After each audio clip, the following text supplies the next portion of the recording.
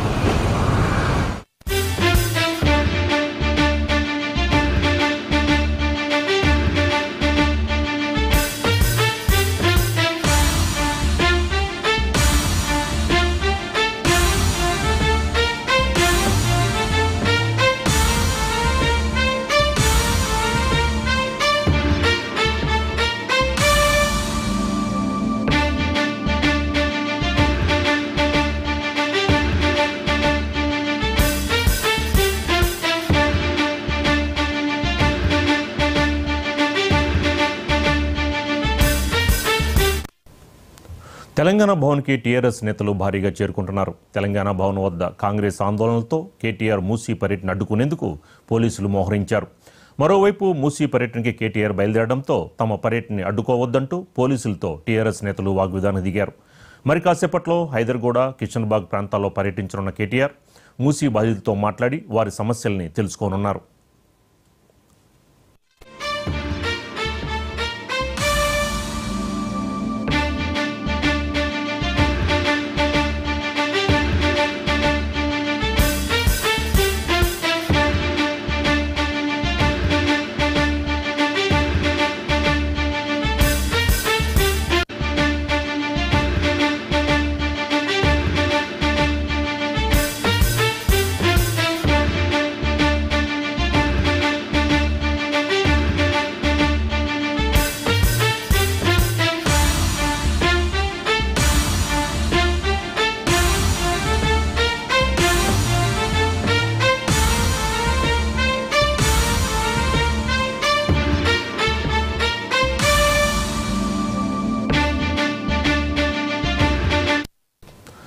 Telangana భవన్కి TRS నేతలు భారీగా చేరుకుంటున్నారు. తెలంగాణ భవన్ వద్ద కాంగ్రెస్ ఆందోళనలతో కేటీఆర్ మూసీ పర్యటన అడ్డుకునేందుకు పోలీసులు మోహరించారు. మరోవైపు మూసీ పర్యటనకి కేటీఆర్ బయలుదేరడంతో తమ పర్యటన అడ్డుకోవద్దంటూ పోలీసులతో టీఆర్ఎస్ నేతలు వాగ్విదానికి దిగారు. దీనిపై మరింత సమాచారం మా కరెస్పాండెంట్ రామ్ నరేష్ అందిస్తారు లైవ్లో. రామ్ నరేష్, ప్రస్తుత పరిస్థితి ఎలా ఉంది? అక్కడ ఉద్రిక్తత ఎలా ఉంది? పోలీసుల యొక్క భద్రతను ఎలా ఏర్పాటు చేశారు? రామ్ నరేష్. రాజుగారు, మనం ప్రధానంగా చూసుకోవచ్చు, తెలంగాణ భవన్ వద్ద కొద్దిసేపటి వద్ద తీవ్ర ఉద్రిక్త వాతావరణం నెలకొంది. కాంగ్రెస్ పార్టీకి సంబంధించిన కొంతమంది నేతలు ఇక్కడికి వచ్చేసి బీఆర్ఎస్ పార్టీకి బీఆర్ఎస్ సంబంధించిన ఒక దిష్టిబొమ్మ దగ్ధం చేయాలని చెప్పేసి తెలంగాణ భవన్కి రావడం జరిగింది. దీంతో ఇక్కడ ఉన్న బీఆర్ఎస్ భవన్లో ఉన్న మొత్తం కార్యకర్తలంతా వారిని అడ్డుకోవడం జరిగింది. ఇరు వర్గాల మధ్య తీవ్ర తోపులాట జరిగింది. ఎవరైతే ఇక్కడికి కాంగ్రెస్ పార్టీ తరఫున ఇక్కడికి వచ్చారో వారిని అక్కడి నుంచి తరిమివేయడం కూడా జరిగింది. ప్రధానంగా ఇక్కడ ఏంటంటే ఇష్యూ, తెలంగాణ భవన్ వద్దకు ఈరోజు కేటీఆర్ పర్యటన ఉంది. మూసీ పర్యాటక ప్రాంతంలో కేటీఆర్ పర్యటించేసి వారిని, అంటే బాధితులు ఎవరైతే ఉన్నారో వాళ్ళందరినీ పరామర్శించున్నారు. దీనికోసం అని చెప్పేసి కేటీఆర్ 3 గంటలకి ఇక్కడ తెలంగాణ భవన్కి వచ్చారు. ఆ సమయంలో అంటే కేటీఆర్ రావడానికి కరెక్ట్గా ఒక 10 నిమిషాల క్రితమే ముందుగా కాంగ్రెస్ పార్టీకి సంబంధించిన కొంతమంది, ఒక 10 మంది, దాదాపు 10 మంది దాకా బీఆర్ఎస్ పార్టీ దిష్టిబొమ్మతో ఇక్కడికి రావడం జరిగింది. తెలంగాణ భవన్ ముందే బీఆర్ఎస్ పార్టీకి సంబంధించిన దిష్టిబొమ్మ తగలబెట్టడానికి ప్రయత్నించడంతో బీఆర్ఎస్ శ్రేణులు ఒకసారిగా వారిని అడ్డుకోవడం జరిగింది. అక్కడికి వచ్చిన వారందరినీ అడ్డుకోవడంతో తీవ్ర ఉద్రిక్త వాతావరణం ఉంది. ఆ సమయంలో పోలీసులు ఎవరు ఈ ప్రాంతంలో లేకుండా అంటే ఆల్ ఆఫ్ సడన్గా వాళ్ళు, కాంగ్రెస్ వాళ్ళు ముందస్తు ఇంటిమేషన్ ఏం లేకుండా ఆల్ ఆఫ్ సడన్గా రావడంతోనే పోలీస్ బందోబస్తు కూడా లేకపోవడం జరిగింది. దీంతో వారిని, కాంగ్రెస్ కార్యకర్తలందరినీ ఇక్కడ బీఆర్ఎస్ శ్రేణులు అడ్డుకొని వారందరినీ ఇక్కడ నుంచి తెలంగాణ భవన్ నుంచి తరిమివేయడం జరిగింది. దీంతో అక్కడ కొద్దిసేపు ఉద్రిక్త వాతావరణం కింద ఈ విషయం తెలిసిన వెంటనే ఇక్కడ పోలీసులు భారీ ఎత్తున ఇక్కడికి చేరుకోవడం జరిగింది. దాదాపు 50 నుంచి 60 మంది బృందాలను, 2 బృందాలను, ఇక్కడ పోలీసు బృందాలను ఏర్పాటు చేయడం జరిగింది. మరోవైపు కేటీఆర్ పర్యటన కూడా ఈరోజు మూసీ పరివాహక ప్రాంతంలో బాధితులను పరామర్శించేందుకు కేటీఆర్ వెళ్లనున్నారు. అదే సమయంలో ఈ ఇన్సిడెంట్ జరగడంతో బీఆర్ఎస్ పార్టీకి సంబంధించిన పార్టీ నేతలు కానీ తర్వాత శ్రేణులు కానీ భారీ సంఖ్యలో తెలంగాణ భవన్కు చేరుకోవడంతో తెలంగాణ భవన్ వద్ద కొంత ఉద్రిక్త వాతావరణం నెలకొంది. ఈ నేపథ్యంలోనే పోలీసులు భారీగా మోహరించిన పరిస్థితి. అయితే మనం చూసుకోవచ్చు, కొద్దిసేపటి క్రితమే తెలంగాణ భవన్ నుంచి కేటీఆర్ మూసీ పర్యాటక ప్రాంతంలో హైదర్గూడ అదేవిధంగా కూకట్పల్లి ప్రాంతాల్లో పర్యటించనున్నారు. దీనికి సంబంధించి అంటే మూసీ పరివాహక ప్రాంతంలో ఎవరైతే ఉన్నారో వారందరినీ అక్కడ కలిసి ప్రభుత్వం ఏదైతే తీసుకుంటుందంటే హైడ్రా కావచ్చు ఇటు మూసీ కావచ్చు ఈ రెండు పేర్లతో పేదల ఇళ్లను కూల్చివేస్తున్నారు. ఈ కూల్చివేతలని ఆపివేయాలని చెప్పేసి పేదలకు తాము అండగా ఉంటామని చెప్పేసి కేటీఆర్ గతంలో ప్రకటించారు. ఈ నేపథ్యంలోనే నిన్న హరీష్ రావు వెళ్ళడం జరిగింది. ఈరోజు కేటీఆర్ క్షేత్రస్థాయిలో పర్యటనకు వెళ్లారు. మరోవైపు ఈ విషయంలో అంటే ఈ హైడ్రా కూల్చివేతల విషయంలో హైకోర్టు ఉదయమే అక్షింతలు వేయడం జరిగింది. అంటే హైడ్రా ఎలా కూల్చివేస్తుంది అంటే పేదలకు ఒక న్యాయమా పెద్దలకు ఒక న్యాయమా అంటూ హైడ్రాపై హైకోర్టు కూడా ఆగ్రహం వ్యక్తం చేసిన పరిస్థితిలో కేటీఆర్ ఇప్పుడు ఈ ప్రాంతాల్లో అంటే మూసీ పరివాహక ప్రాంతంలో బాధితులను పరామర్శించడానికి వెళ్ళడం అనేది చాలా ప్రాధాన్యత సంతరించుకుంది.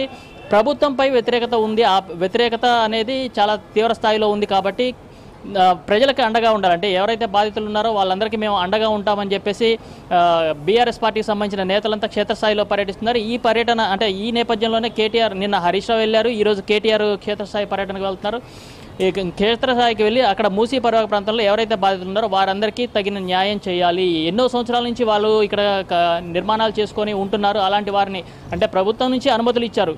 మున్సిపాలిటీ నుంచి కావచ్చు, జిహెచ్ఎంసీ నుంచి కావచ్చు, హెచ్ఎండిఏ నుంచి కానీ అనుమతులు ఇచ్చారు. అనుమతులు ఇచ్చిన వారిని ఇప్పుడు హైడ్రా పేరుతో ఎలా కూల్చివేస్తారంటూ ఆందోళన వ్యక్తం చేస్తున్న పరిస్థితి. ఆ ఆందోళన చేస్తున్న బాధితులందరికీ తాము అండగా ఉంటామని చెప్పేసి కేటీఆర్ ఈ క్షేత్రస్థాయి పర్యటన చేపట్టారు.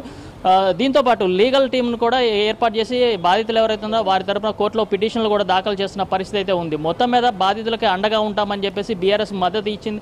ఆ మద్దతులో భాగంగా క్షేత్రస్థాయిలో పర్యటనలు చేస్తున్నారు. ఆ పర్యటనలు చేస్తూ కూడా బాధితులందరికీ మేమున్నాము అనే భరోసా అయితే కల్పిస్తున్న పరిస్థితి ఉంది. రాజు గారు, రామ్ నరేష్, మరో పక్కన మేము పేదల ఇల్లు కూల్చడం లేదని మహేష్ కుమార్ గౌడ్ చెప్పడం, కానీ మరి దీని ఒక పక్కన కోర్టు అక్షంతలు, ఇలాంటి నేపథ్యంలో మరి కాంగ్రెస్ నాయకుల యొక్క పరిస్థితి ఎలా ఉంది? కాంగ్రెస్ నాయకులు ఏమైనా స్పందించారా దీనిపైన?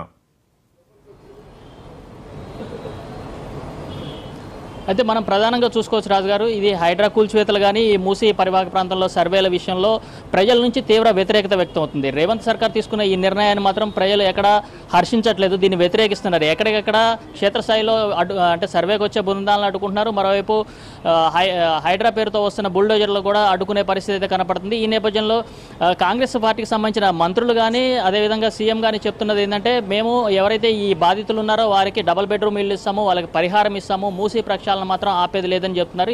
ఈ నేపథ్యంలో క్షేత్రస్థాయిలో మాత్రం ప్రభుత్వానికి వ్యతిరేకంగా ప్రజలంతా ఏకమైతున్న పరిస్థితి ఉంది. ఈ నేపథ్యంలోనే రాజకీయ పార్టీలు కూడా వారికి మద్దతు తెలుపుతున్నాయి. దాంట్లో ప్రధానంగా బీఆర్ఎస్ పార్టీకి సంబంధించిన నేతలు అయితే క్షేత్రస్థాయిలో ముందుకు వెళ్తున్నారు. వారికి మేము ఉన్నాము అనే భరోసా అయితే కల్పిస్తున్నారు. న్యాయపరంగా కానీ ఇటు పార్టీ పరంగా కానీ మేము అండగా ఉంటామని చెప్పేసి చెప్తున్న పరిస్థితి అయితే ఉంది.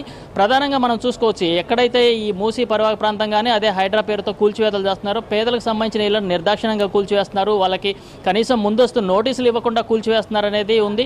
అందులో కొంతమంది అంటే ఈ హైడ్రా అంటే తమ ఇళ్లను కూల్చివేస్తుందనే బాధతో కొంతమంది ఆత్మహత్యలు కూడా చేసుకున్న పరిస్థితి ఉంది. ఈ నేపథ్యంలోనే ఇది కొంత ప్రభుత్వానికి వ్యతిరేకత అనేది ప్రధానంగా క్షేత్రస్థాయిలో ఎక్కువగా ఉంది. దీనికి కంట్రోల్ చేసేందుకు మంత్రులు వచ్చేసి మేము అది చేస్తాము ఇది చేస్తామని చెప్పి అంటే డబుల్ బెడ్రూమ్ ఇల్లు ఇస్తాము, పరిహారం ఇస్తాము, వారికి నచ్చజెప్పి తరలిస్తామని చెప్తున్నప్పటికీ ప్రజలెవరు వీటిని నమ్మే పరిస్థితి అయితే కనపడట్లేదని చెప్పేసి మనకు తెలుస్తుంది. ప్రధానంగా ఇక్కడ ఇష్యూల్లో కూల్చివేతల విషయంలో హైకోర్టు కూడా మనం పొద్దున చూసుకోవచ్చు. మార్నింగ్ జరిగిన హైకోర్టు విచారణలో కీలక ప్రకటనలు చేసింది. హైడ్రా కమిషనర్ రంగనాథన్ కూడా తీవ్ర స్థాయిలో మందలించిన పరిస్థితి ఉంది. అమీన్పూర్ ఘటనలో ఎంఆర్ఓ తమకు కూల్చివేయాలని చెప్పేసి అడగడంతోనే మేము అక్కడ కూల్చివేశామని చెప్పేసి హైడ్రా కమిషనర్ చెప్పడంతో అయితే ఎంఆర్ఓ అడిగితే హైకోర్టును అదేవిధంగా చార్మినార్ను కూడా కూల్చివేస్తారని చెప్పేసి తీవ్ర ఆగ్రహం వ్యక్తం చేసిన పరిస్థితి కూడా ఉంది. అంటే ఒకవైపు కోర్టులు ఆగ్రహం వ్యక్తం చేస్తున్నాయి, మరోవైపు ప్రజలు కూడా ఆగ్రహం వ్యక్తం చేస్తున్నారు. కోర్టు కూడా ఇదే విషయాన్ని చెప్పింది. పేదల ఇళ్ల విషయంలో ఎందుకు అంత తొందరపడుతున్నారు, నిదానంగా అంటే వారికి ఆ ప్రత్యామ్నాయం చూపించిన తర్వాత కూల్చకుండా సమయం ఇవ్వకుండా ఎలా కూలుస్తారంటూ కూడా హైకోర్టు తీవ్ర వ్యాఖ్యలు చేసిన పరిస్థితి అయితే ఉంది. అటు హైకోర్టు కానీ ఇటు ప్రజల నుంచి కానీ వ్యక్తమవుతున్నది ఒకటే, ఈ ఎన్నో సంవత్సరాల నుంచి ఉంటున్నాము, అన్ని అనుమతులు ఉన్నా కూడా ఎందుకు కూల్చివేస్తున్నారు? ఈ కూల్చివేతల విషయంలో ప్రభుత్వం ఇంత మొండి వైఖరిగా ఎందుకు పోతుంది అనేదే ఇప్పుడు అందరి నుంచి వస్తున్న ప్రశ్న.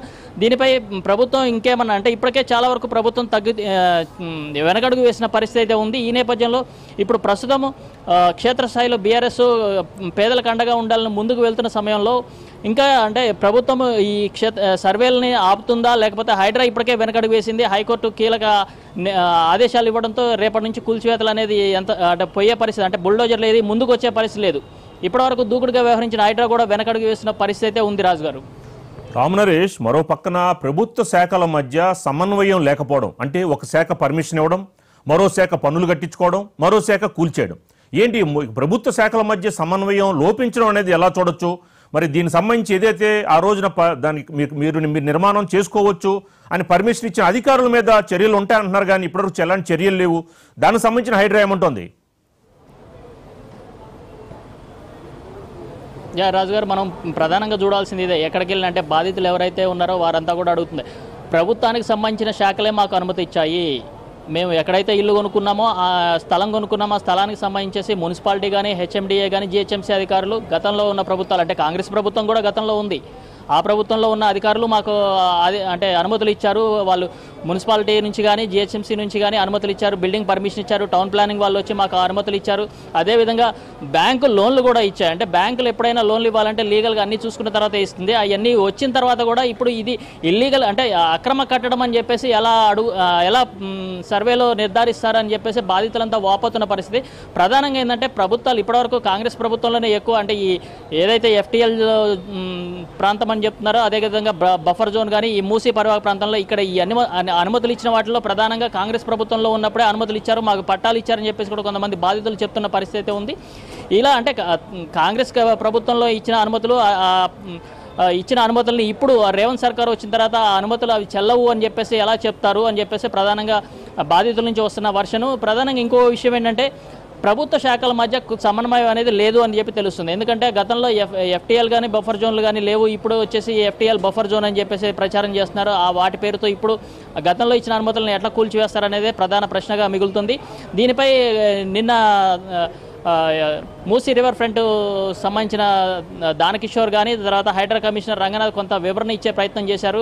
అంటే ప్రభుత్వం గతంలో కొంతమంది అధికారులు అనుమతులు ఇచ్చారు, అంటే బ్యాక్ డేట్ మీద కొన్ని అనుమతులు వచ్చాయి, వాటిని మేము రివోక్ చేసి మళ్ళీ వాటిని కూల్చివేస్తున్నామని చెప్పేసి. అంటే గతంలో అధికారులు ఇచ్చారంటే వాళ్ళు ఇచ్చారు అంటే పర్మిషన్ ఇచ్చారు, ఒకసారి అనుమతి ఇచ్చారంటే అది కన్స్ట్రక్షన్ చేసుకోవాలని చెప్పేసి ఇప్పుడు వాటిని రివోక్ చేసి కూల్చేస్తామంటే ఎలా కుదురుతుంది? ఆ అధికారులపై చర్యలు తీసుకోకుండా తమ ఇళ్లను ఎలా కూల్చివేస్తారని చెప్పేసి బాధితులు అడుగుతున్న పరిస్థితి ఇదే విషయంలో చాలామంది అంటే ప్రతిపక్షాలు కూడా ప్రధానంగా క్వశ్చన్ చేస్తుంది ఏంటంటే అధికారుల మీద చర్యలు తీసుకోలేదు. ఎవరైతే అనుమతులు ఇచ్చారో ఆ అధికారుల మీద చర్యలు తీసుకోకుండా మా మీద ఎలా అంటే బాధితులకు సంబంధించిన ఇళ్లను ఎలా కూల్చివేస్తారు? ముందుగా ఎవరైతే అనుమతులు ఇచ్చారో ఆ అధికారుల మీద చర్యలు తీసుకోవాలి, ఆ తర్వాతే బాధితులకి పరిహారం అందించి ఆ తర్వాత మీరు ఏదైనా కంప్లీట్గా ఎంక్రోచ్మెంట్ ఉంటే వాటిని తొలగించాలి, వాటికి పూర్తిస్థాయి పరిహారం ఇచ్చే తర్వాతే కూల్చివేయాలని చెప్పేసి అడుగుతున్న పరిస్థితి ఉంది. కాకపోతే ఇక్కడ అధికారుల మీద ఎక్కడ చర్యలు తీసుకోవాలి, కేవలం నామమాత్రంగా ఒక 5-6 అధికారుల మీద చర్యలు తీసుకున్నారు. వాళ్ళు కోర్టుకు వెళ్ళి వాళ్ళు తమ మీద ఎలాంటి యాక్షన్ తీసుకోవద్దని చెప్పేసి కూడా అడుగుతున్న పరిస్థితి అయితే ఉంది. ఈ నేపథ్యంలో ప్రధానంగా ఈ కూల్చివేత విషయంలో మాత్రం పేదలు మాత్రం సమిధలవుతున్న పరిస్థితి అయితే ఉంది. రాజు గారు, రామనరేష్, మరో పక్కన గవర్నమెంట్ మేము ప్రత్యామ్నాయ ఏర్పాట్లు చేస్తాము, వాళ్ళు ఉండడానికి డబుల్ బెడ్రూమ్ ఇల్లు కానీ వాళ్ళకు ఉపాధి అవకాశాలు కల్పిస్తామని చెప్తున్నారు. మరి అక్కడ బాధితులు దీనిపై ఎలా స్పందిస్తున్నారు రామనరేష్? రాజుగారు, మనం చూసుకోవచ్చు ప్రభుత్వం ఏదైతే చెప్తుందో అంటే బాధితులు ఎవరైతే ఉన్నారంటే ఎఫ్టీఎల్ జోన్లో కానీ రీహాబ్ అంటే ఆర్బీఎక్స్ అని చెప్పేసి ఎక్కడైతే మార్కింగ్ చేస్తున్నారో అక్కడ వాళ్ళందరినీ డబుల్ బెడ్రూమ్ ఇల్లు ఇస్తున్నాము, అంటే దాదాపు 20 నుంచి 30 లక్షల వాల్యూ చేసే ఇల్లు ఇస్తున్నాము, డబుల్ బెడ్రూమ్ ఇల్లు ఇస్తున్నాము. అదేవిధంగా పట్టాలు ఎవరైతే ఉన్నాయో వాళ్ళకి పరిహారం కూడా చెల్లిస్తామంటున్నారు. కాకపోతే వీళ్ళు ఇచ్చే డబుల్ బెడ్రూమ్లు ఎక్కడో ఊరికి దూరంగా ఇస్తున్నారు, అక్కడ కనీస వసతులు లేవు. అంటే ఇప్పటివరకు దాదాపు 30 నుంచి 50 కుటుంబాలు అంటే 33 నుంచి 50 కుటుంబాలను కొంతమందిని తరలించారు. అయితే అక్కడ వెళ్ళిన వాళ్ళు కూడా చెప్తున్నారు ఇక్కడ వసతులు లేవు, మేము అనుకున్న వసతులు మేము అక్కడ కాలువ దగ్గర ఉన్న ఎఫ్టీఎల్ పరిధిలో ఉన్నా కూడా మాకు అక్కడ ఎలాంటి ప్రాబ్లం లేదు. కానీ ఇప్పుడు అసలు వసతులు లేని ప్రాంతంలో తీసుకొచ్చి మమ్మల్ని ఉంచుతున్నారు. ఇక్కడ ఏ వసతులు లేకుండా మమ్మల్ని తీసుకొచ్చి ఉంచడం వల్ల మాకు చాలా ఇబ్బందిగా ఉంది. పిల్లల చదువుల విషయంలో కానీ అదేవిధంగా మా ఉపాధి విషయంలో కూడా చాలా ఇబ్బందులు ఎదురవుతున్నాయని చెప్పేసి బాధితులు ఎవరైతుందో వాళ్ళు వాపోతున్న పరిస్థితి ఉంది. ప్రధానంగా మనం చూసుకోవచ్చు, వాళ్ళు ఇప్పుడు ఉంటున్న ప్రాంతంలో ఏదైతే చిన్న చిన్న పనులు చేసుకునే వాళ్ళు ఎక్కువగా ఉన్నారు. ఏదైతే ఈ మూసీ పరివాహక ప్రాంతంలో ఉన్నారో ఇక్కడంతా చిన్న చిన్న పేదలు ఉన్నారు. వాళ్ళంతా రోజు కూలీ కానీ, తర్వాత ఇళ్లలో పని చేసుకునే వాళ్ళు, తర్వాత క్యాటరింగ్ సర్వీసుల్లో చేసే వాళ్ళే ఉన్నారు. ఇలాంటి వాళ్ళకి సంబంధించి ఉపాధి అంటే వీళ్ళని ఎక్కడో తీసుకెళ్లి దూరంగా ఇస్తే వాళ్ళు అక్కడ నుంచి ఉపాధి ఎలా పొందుతారు అనేది ప్రధాన ప్రశ్నగా ఉంది. అదేవిధంగా ఏదైతే డబుల్ బెడ్రూమ్ ఇల్లు ఇస్తున్నారో అవి అంటే ఇప్పుడు ఉన్న లొకేషన్కి దగ్గరలో ఇవ్వకుండా ఎక్కడో దూరంగా ఇస్తున్నారు. ఆ ఇచ్చిన వాటిలో మేము ఎక్కడ ఉండాలి? ఇప్పుడు పిల్లలకు సంబంధించిన చదువులు ఇక్కడ ఇప్పుడు మేము ఉంటున్న ఏరియాలో స్కూల్స్ ఉన్నాయి, ఆ స్కూల్స్లో చదువుకున్నారు. ఇప్పుడు వీళ్ళని తీసుకెళ్లి మమ్మల్ని వేరే ప్రాంతంలో ఇస్తే మేము మా పిల్లల్ని ఇక్కడ నుంచి మళ్ళీ ఎలా తరలించాలి? ఎడ్యుకేషన్ మధ్యలో ఇబ్బంది అవుతుంది. మాకు ఇన్ని సమస్యలు ఉన్నా కూడా ప్రభుత్వం ఎందుకు వెనగడకేయకుండా మమ్మల్ని ఇబ్బంది పెడుతుందని చెప్పేసి బాధితులు ప్రశ్నిస్తున్న పరిస్థితి ఉంది. ఈ నేపథ్యంలో ప్రభుత్వానికి వ్యతిరేకంగా అన్ని వైపుల నుంచి కూడా బాణాలు రేవంత్ సర్కారుకి ఎదురుగా వస్తున్న పరిస్థితి ఉంది. వాటిని తట్టుకునేందుకు ప్రభుత్వం ఎలా ముందడుగేస్తుందో అర్థం కాక చాలా ఇబ్బంది పడుతున్న పరిస్థితి అయితే కనపడుతుంది. రాజు గారు, రామనారాయణ గారు, మరో పక్కన కోర్టు ఏదైతే ఇందా మీరు చెప్పినట్టు కోర్టు అక్షంతలు వేసిన నేపథ్యంలో మరి హైడ్రా దూకుడు తగ్గే అవకాశం ఉంటుందా? మనం ప్రధానంగా చూసుకోవచ్చు, ఏదైతే ఈ కోర్టు వ్యవహారంలో ఉన్న బిల్డింగ్ను కూల్చడంతో ఈరోజు ఉదయం హైకోర్టు ధర్మాసనానికి సంబంధించి విచారణ జరిగింది. ఆ విచారణలో హైకోర్టు తీవ్ర వ్యాఖ్యలు చేసింది. ఏదైతే హైడ్రా కూల్చివేతలు జరుగుతున్నాయో ఈ కూల్చివేతలు సరైనవి కాదు. అనుమతులు ఉన్న వాటిని ఎలా కూలుస్తారు? అనుమతులు ఇచ్చిన అధికారుల మీద చర్యలు తీసుకోలేదు, వాళ్ళ మీద చర్యలు తీసుకోకుండా వీటిని ఎలా కూలుస్తారు? అంటే మీరు ప్రభుత్వంలో ఉన్న పెద్దల మెప్పు కోసమే కూలుస్తారా అంటూ ప్రశ్నించిన పరిస్థితి ఉంది. అదేవిధంగా విచారణ సమయంలో కొన్ని వీళ్ళు ఏదైతే హైడ్రా కమిషనర్ కానీ అమీన్పూర్ తహసీల్దార్ కానీ కొన్ని సమాధానం చెప్పుకునే సమయంలో కొన్ని వ్యాఖ్యలు చేశారు. ఆ వ్యాఖ్యలను కోర్టు తప్పుపట్టిన పరిస్థితి ఉంది. అంటే ఎంఆర్ఓ చెప్తే మీరు కూల్చివేసామని చెప్తున్నారు కదా, అదే ఎంఆర్ఓ చెప్తే హైకోర్టును కానీ చార్మినార్ను కానీ మరేదైనా కూల్చివేస్తారని చెప్పేసి హైకోర్టు తీవ్ర ఆగ్రహం వ్యక్తం చేసిన పరిస్థితి ఉంది. అయితే ప్రధానంగా మనం చూసుకోవచ్చు, వీళ్ళు చేసింది ఏదైతే ఉందో అది కొంత తప్పు చేశారు, దాన్ని సరిదిద్దుకునేందుకు ఇబ్బంది పడుతున్న పరిస్థితి ఉంది. ఈ విషయం అందరికీ క్లియర్ కట్గా ఉంది. కోర్టు కూడా ఈ విషయాన్ని గ్రహించింది, దీని మీద తీవ్ర అభ్యంతరం వ్యక్తం చేసింది. ఏదైతే కొన్ని నామ్స్ ఉంటాయి గవర్నమెంట్కి సంబంధించి కానీ, తర్వాత ఫీల్డ్ లెవెల్లో కానీ కొన్ని నామ్స్ ఉంటాయి, చట్టాలు ఉంటాయి. ఆ చట్టాలను ఫాలో అవ్వాలి. చట్టాలను ఫాలో అవ్వకుండా ఏకపక్షంగా ఎట్లా నిర్ణయం తీసుకుంటారు? అదేవిధంగా కూల్చివేతల విషయంలో హైకోర్టు గతంలోనే ఇచ్చింది. అంటే సెలవుల సమయంలో కూల్చివేతలు చేయొద్దని చెప్పేసి క్లియర్గా కోర్టుకు సంబంధించిన ఉత్తర్వులు ఉన్నాయి. వాటిని ఎలా ధిక్కరిస్తారు? అంటే కోర్టులు అంటే మీకు లెక్కలేదా అని చెప్పేసి కూడా ఈరోజు జరిగిన విచారణలో హైకోర్టు అధికారులను మందలించిన పరిస్థితి ఉంది. ఈ నేపథ్యంలోనే అంటే హైకోర్టు అక్షంతలు వేసిన నేపథ్యంలో హైడ్రా దూకుడు చాలా వరకు తగ్గే అవకాశం ఉంది. అదేవిధంగా ఈ మూసీ పరివాహక ప్రాంతంలో జరుగుతున్న మార్కింగ్ సిస్టమ్ కూడా పూర్తిగా నిలిచిపోయింది. అంటే ఈరోజు రేపు జరగాల్సిన మార్కింగ్ ప్రక్రియ కూడా నిలిచిపోయిన పరిస్థితి ఉంది. ఈ హైకోర్టు ఏదైతే ఈరోజు ఇచ్చిన ఆదేశాలు అంటే హైడ్రాని కానీ ఇటు అధికారులను కానీ హెచ్చరిస్తూ చేసిన వ్యాఖ్యలు అయితే ఉందో బాధితుల్లో కొండంత న్యాయస్థానం మీద నమ్మకాన్ని కలిగించే విధంగా ఉన్నాయి. దీంతో చాలామంది ఇప్పటికే ఈరోజు మన బీఆర్ఎస్ సంబంధించిన లీగల్ సెల్ ఆధ్వర్యంలో బాధితులకు సంబంధించి చాలా పిటిషన్లు దాఖలైతే హైకోర్టులో దాఖలు చేయడం జరిగింది. ఈ నేపథ్యంలో ఈరోజు ఉదయం కోర్టు ఏదైతే హైడ్రా కానీ మూసీ రివర్ ఫ్రంట్ వాళ్ళకి ఇచ్చిన అక్షంతలు ఏదైతే ఉందో తమకు నమ్మకాన్ని కలిగిస్తుంది. అంటే కోర్టు తమకు నమ్మకాన్ని కలిగించింది. మా నిర్మాణాలు సబబే అంటే అనుమతులు ఇచ్చిన అధికారుల మీద చర్యలు తీసుకోకుండా మా ఇళ్లను కూల్చడం కరెక్ట్ కాదని చెప్పి కోర్టు చెప్పిన నేపథ్యంలో తమకు భరోసా అనేది కలుగుతుంది. అంటే న్యాయస్థానాల మీద మాకు నమ్మకాన్ని కలిగించే విధంగా ఈరోజు కోర్టు వ్యాఖ్యలు ఉన్నాయని చెప్పేసి బాధితులు చెప్తున్న పరిస్థితి ఉంది. రాజు గారు, right, thank you Ram Naresh.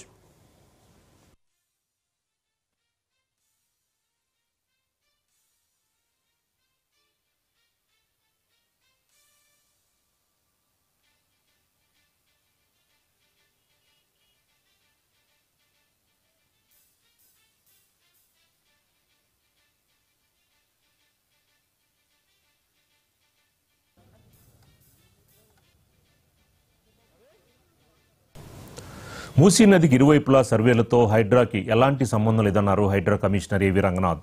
అక్కడి నివాసితుల్ని హైడ్రా తరలించడం లేదన్నారు. అక్కడ ఎలాంటి కూల్చివేతలు హైడ్రా చేపట్టడం లేదని, మూసీ పరివాహక ప్రాంతంలోని ఇళ్లపై హైడ్రా మార్కింగ్ చేయడం లేదని కొట్టిపడేశారు రంగనాథ్. మూసీ సుందరీకరణ ప్రత్యేక ప్రాజెక్ట్ అని చెప్పిన రంగనాథ్ దీనిని మూసీ రివర్ ఫ్రంట్ కార్పొరేషన్ చేపడుతోందని అన్నారు.